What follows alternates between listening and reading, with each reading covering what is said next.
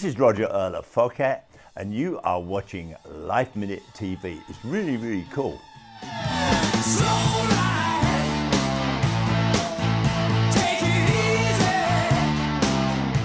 After 7 years, rock and blues legends Foghat have dropped their brand new 17th studio album, Sonic Mojo, an eclectic blend of originals and iconic covers by some of their favorite musicians. Founding drummer the legendary Roger Earl stopped by the LifeMinute Studios recently to tell us all about it, including what makes him continue to keep turning out the goods over and over again. Sonic Mojo can be had in CD, digital, and an awesome purple vinyl. And if you're lucky, you can catch them on tour right now. This is a Life Minute with Roger Earl. I play drums in a rock and roll band. I'm having the time of my life. I'm really excited about with this album is because I came to the States the first time in 68 or 69. I was in a band called Savoy Brown. That was the first time I came. It felt like I was coming home. America, it gives music to the world. Without you, there would be nothing. No blues, and the blues is the foundation of all contemporary music. Jazz comes next, and bebop, rock and roll, country, hillbilly music, folk music, gospel music. This is the land of music. America gave music to the world, in my opinion. This is the land where all these beautiful mixtures and pieces of stuff from all over the world came here, and we're part of that glue. And on this record, I think it shows all those aspects of, you know, what we're, basically what the band's about or what the musicians are about. Scott Holt, our lead guitar player, he was with Buddy Guy for 10 years. You know he can play. Brian Bassett, our lead and slide guitar player, who is also our producer and engineer. He's been with us for 27 years now. He was in a band called Wild Cherry in 1976, I think it was. Played that funky music, white boy. Our bass player, he's been with us 8 years, I think now, Rodney O'Quinn. He was handpicked by our previous bass player, Craig McGregor. That was a sad day when we lost Craig. He was my brother in every sense of the word. We didn't always see eye to eye like brothers should, but we were really tight as musicians and as brothers. I mean, I loved the man as much as you can love a man and still, you know, keep things okay. But he did pick our bass player, so I'm grateful for that. Thank you, Mac. Oh, that's nice. You've been through a lot of members, but you still play with that huge smile on your face. The passion is still there, the vigor's still there, the sound obviously is still there. It's amazing. Yeah, it's like, careful what you wish for. I started playing when I was, going back when I was 11 or 12. I would work 3 days a week after school, and on weekends, on Saturdays, I would work in a bakery. Then Saturday afternoons, I'd take drum lessons. So I had my own money, but I was about 12 years old at the time, and I said, "Hey, Dad, I want to get a motorbike." And he said, "Well, I'm not helping you with that, son." I said, "Oh, you had one?" He said, "That's different." So I said, "Well, I want to learn to play drums." He said, "Okay." And he was friends with a fantastic drummer in southwest London. I started taking drum lessons, which was probably one of the better moves I made. I also wanted to play piano, but my older brother, Colin, who's 4 years older than me, was playing piano by this time, like in Jerry Lee Lewis sort of mode, Little Richard mode. Dad played piano as well. There was always music in our house, so actually I had a really cool childhood. I know I didn't appreciate my parents anywhere near as much as I should. Sorry about that, Mum and Dad. They say that's okay. Did they see you become famous? Yeah, they actually that was one of the highlights of my life. Actually, 1976, I think it was 77. We did the blues show at the Palladium here in New York City. It was Foghat's tribute to the blues. Tonight, from the New York Palladium, Foghat is proud to bring you a very special event, created to bring together a galaxy of blues superstars on one stage.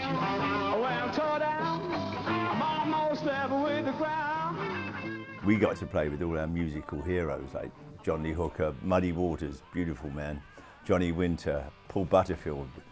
The list sort of goes on, and it was pretty heady because here we are playing with our musical heroes. We were basically the house band. And my mum and dad were there. It was my dad's 60th birthday. I brought them over here, got them a hotel on Park Lane. I had more money than sense. Actually, my wife says if I had a dime, I'd have more money than sense. I don't think that's entirely true. What do dimes look like? No, it doesn't matter Anyway, Mum and Dad were here, and we were backstage, and I got to introduce Mum and Dad to Muddy Waters, who is, as far as I'm concerned, is a musical giant. And one of my favourite records was Muddy Waters at the Newport Jazz Festival in 1960, I think. I wore this record out. I've probably had a couple of them. But Mum and Dad knew who Muddy was. So I introduced my Mum and Dad to Mr. Muddy Waters, my Mum and Dad. And that was a highlight, because, you know, their youngest son, who was always a bit of a pain. I think if you don't upset your parents a little bit, like, you haven't really achieved much, have you? Just a little bit. I know I was always upsetting Mum with something. Dad was a bit cooler about it. Meeting Muddy and my parents meeting my musical heroes. How old were you when you started? How old was that? 31. So you were older. But you always knew you wanted to play drums?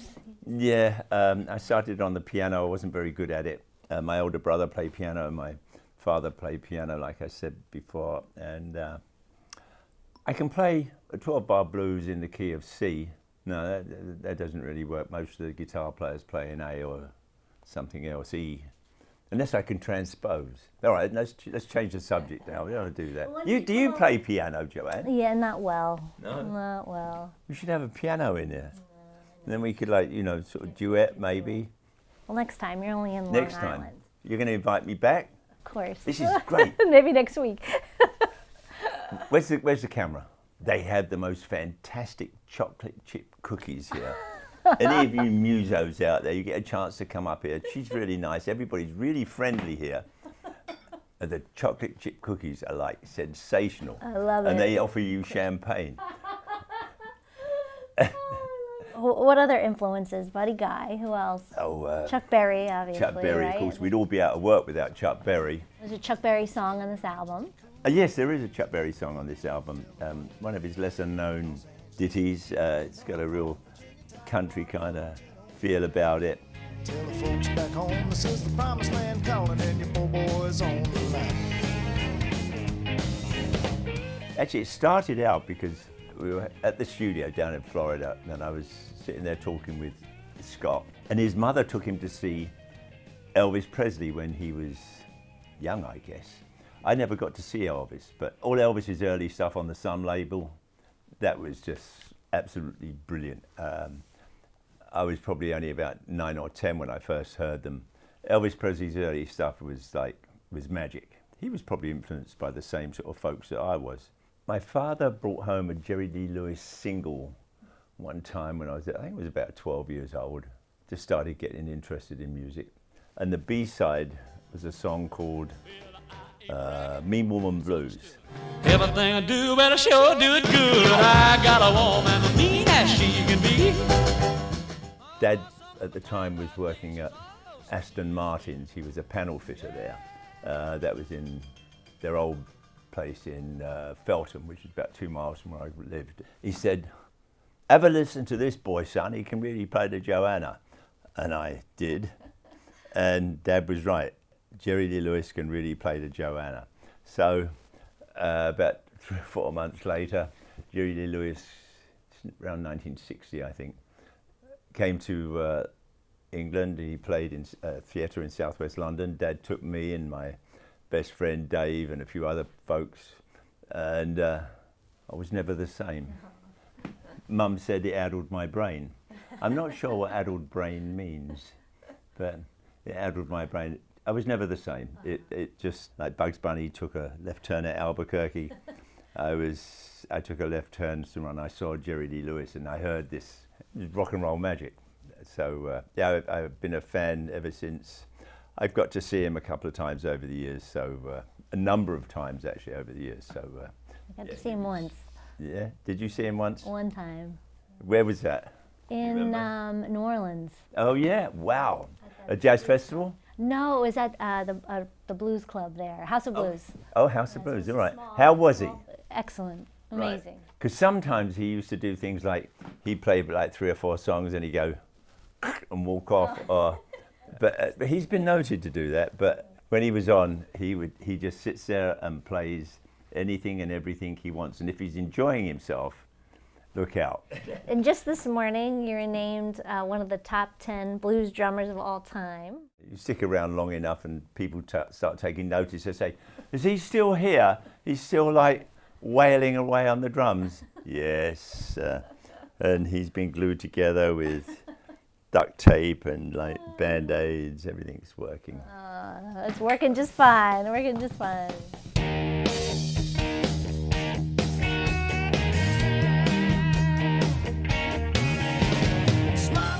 You're 77 and you're in you're in great shape. Yeah. So what do? How do you sing? I married a younger woman playing drums in a rock and roll band. I walk, I don't run anymore. The knees don't like it that much. I ran pretty much all my life up until about 20 odd years ago. The knees just said things like, "Excuse me, what do you think you're doing?" But I exercise, I work out with like weights when I can. I practice most days on a pad and I have pedals everywhere. An electronic drum kit upstairs. I have my other drum kit out in the shed out in the garden. I have a practice pad. I shouldn't really tell them, should I? Should I tell them? I'm allowed to have a practice pad in the bedroom. Did I marry well or what? Yes. That's usually because Linda is working downstairs. That's the only time I do it. So you do have to practice, though. Yeah, no, it's up here with arrangements. You're remembering stuff that comes out your hands and your feet. If I'm not on top of my game and I can't sort of transfer all this stuff out and into playing, the real thing is you enjoy it. When you're on top of stuff and everything, you can play well. That's when the real joy comes. It's easy, and everything you think about and feel comes out and flows. Tempos are cool. Everything's like right. You hear everybody. That's the magic of music. Do you ever get nervous when you go on stage? When I'm on stage, no, not at all. Before I walk out, yeah, I do get a little. It's like chills. You get like these tingling things, and the 4 of us always we have a thing where we get together before we go on stage. But as soon as I count the first song off, it's fine. Everything's fine, and we always make sure that we have a real sound check. That's no guarantee that everything will work fine. I'm one of those fortunate people in this world. I get to earn a living at doing something I love.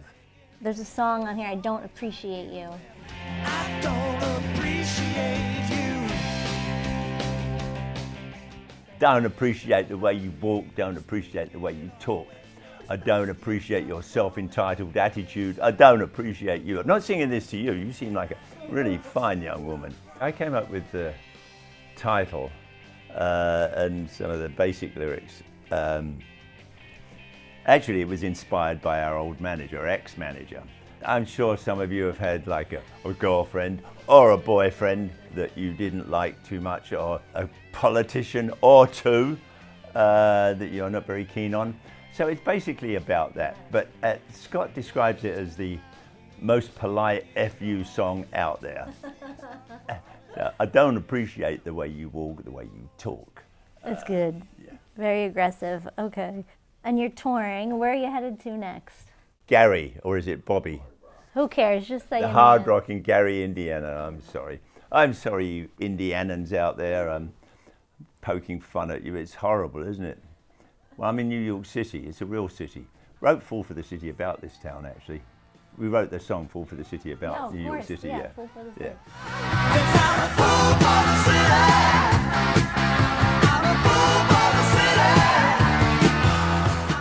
We were missing it. We were stuck on a mountaintop in Sharon, Vermont, and that inspired it. Yeah, New York City is the greatest city in the world.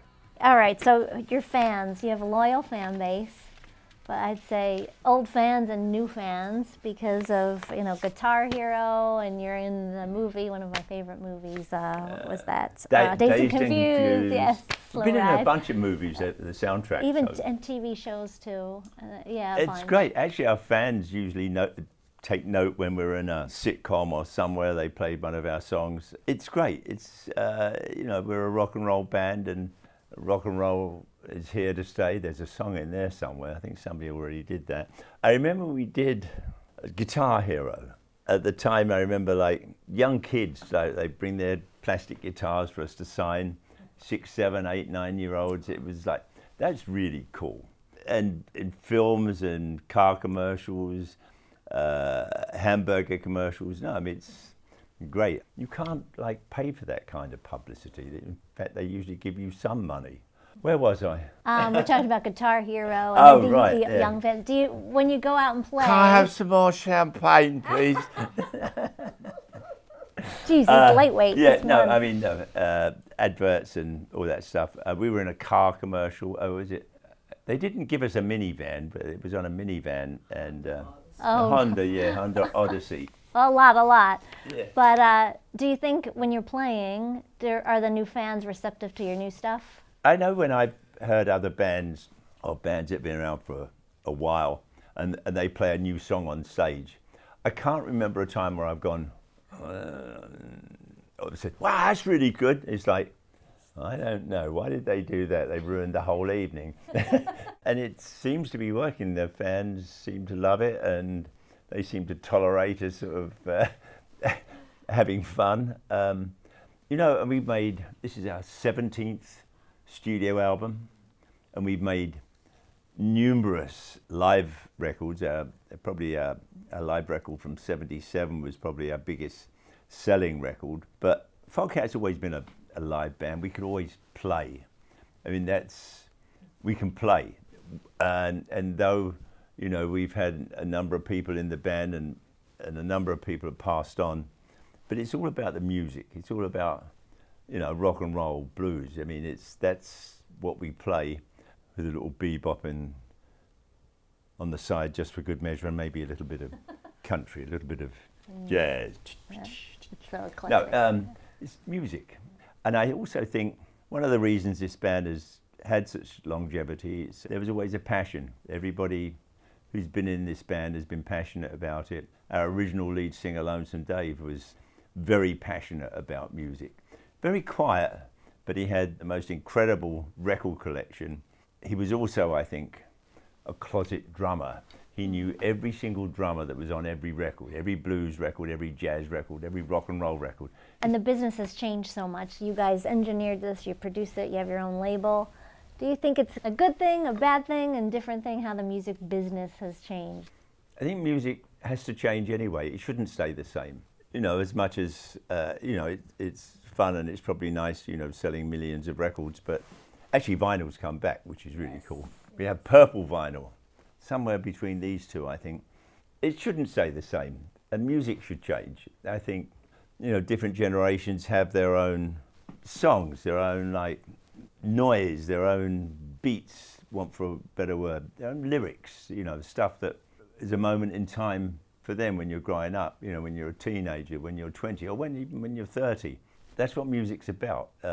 It's a moment in time when it reminds you of stuff. I think I've broadened my outlook and taste as far as music goes. Sometimes when I'm on the plane, I'll put on the classical stations and click on them and put my cans on, and I'm like, wow, there's some beautiful sounds out there that you haven't heard before. Yeah, that part of music I enjoy. There's lots of new places to hear stuff. There's a couple of bands that I've heard in recent times. It was a band, Empty Pockets. They were I think they're out of Chicago somewhere.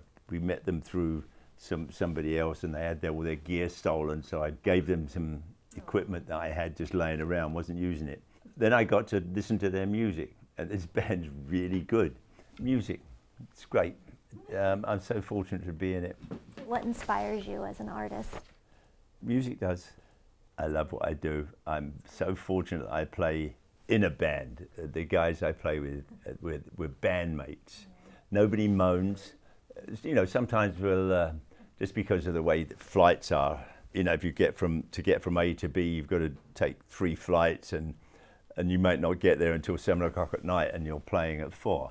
So sometimes we have to drive, 300, 400, 500 miles overnight in a van or a Sprinter or something. And nobody moans. I'm fortunate with the guys I play with because they're bandmates. A friend of mine gave me a new record player. The one that Linda and I had was in a corner, crumpled up. We live in a very small house, as a houseboat, and so it gets crowded. But Scott Holt, he has a record store in Columbia, Tennessee, and for my birthday he bought me a record player and a couple of records as well. And it was a real revelation because I hadn't really sat down and listened to vinyl in a number of years. It was a real revelation putting record. Actually, the first record I played on it was a Johnny Cash record. I've always been a Johnny Cash fan. Ooh, that was one of the joys of growing up as well, when listening to records. I remember we would sit around the record player, and if any time we got a new record, we'd sit and listen to it, like 2 or 3 people, maybe more sometimes. That part of listening to music, I think some people miss out on. I guess that's one of the joys of going to festivals and shows and stuff. There's a camaraderie there. Listening to vinyl records, sitting there with 2 or 3 people and turning it up and pushing some air in the room, and you go, yeah, this is why we're here. That I think a lot of people miss out on with wandering around with their buds in their ears, which is another way to listen, I guess. There was a time when I think they tried to put sort of vinyl record players in cars. That didn't work very well, did it? CDs, I thought CDs were actually brilliant in cars. Now they've stopped putting them in cars. I remember the big 8-track tapes and. Yeah, they were horrible though. Yeah, they used to get eaten. Eaten. You get. Also, the worst part about the 8-track tapes was that the song they would go, and then it would finish the song a few seconds later, or half a moment later, or maybe even 30 seconds. Then you would hear the end of the song. It's like, no. That's not how you're supposed to listen to music. Now it's all on these this tiny little thing. You go, and you have 500 of your favourite songs. Maybe in some ways things do get better. Maybe. Any drummers of today you think are good? New drummers, yeah, of course there's a bunch of great drummers out there. Drummers that have changed the world, Buddy Rich, of course, Louis Bellson, John Bonham. I mean, he was an incredible drummer. He turned the whole world around, the drum world. I mean, he started playing stuff and people were going, what is he doing with his feet? I can't do that. And then Ginger Baker, probably, he's another one who turned things on its head for actually playing in a band when he played in Cream. I met him before that when I was growing up in London. I did some shows with him with the first band I was in. But it's those 2 drummers, Ginger, John Bonham. In fact, I met John Bonham's son the other day, Jason. Yes. He was playing with Sammy Hagar. I hadn't seen Sammy in how long? 30? 45 years? No, it's only 30. And wow, Sammy Hagar has put the most incredible band together. They were just absolutely brilliant. I had a blast. And actually, we went there as guests of George Thorogood. We only had to drive an hour and a half there, but some real rock and roll. I mean, that's not very far at all, is it? So George Thorogood and Sammy Hagar. But Sammy's band was just fantastic. And Sammy was playing and singing. He's 76, I think. But Jason Bonham, wow, the kid could play. I didn't get a chance to really hang out too much. It was moments before they were going on stage, and I went in and I asked Sammy, I said, Sammy, can I meet your drummer? Because I knew his dad, of course, but he was fantastic. Jason was like a monster. He was just, that's a great drummer. There we are. Drummers love to share their knowledge. It's you ever oh.